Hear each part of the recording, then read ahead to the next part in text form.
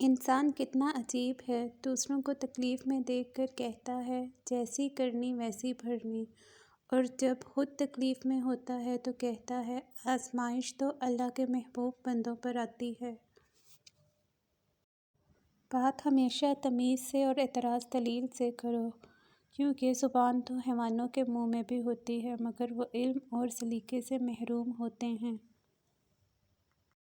حاسدوں کے حسد سے بچا کرو، یقین کرو یہ ہنستا کھیلتا انسان بھی کھا جاتے ہیں۔ اللہ سب کو حاسدوں کے حسد سے محفوظ رکھے، آمین۔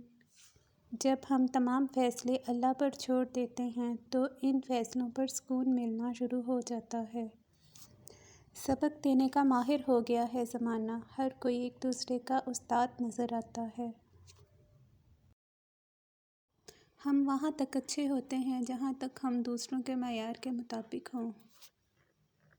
بے شک حالات انسان کے بس میں نہیں ہیں، لیکن جس کے ہاتھ میں ہیں وہ بہت رحیم اور رحمان ہے۔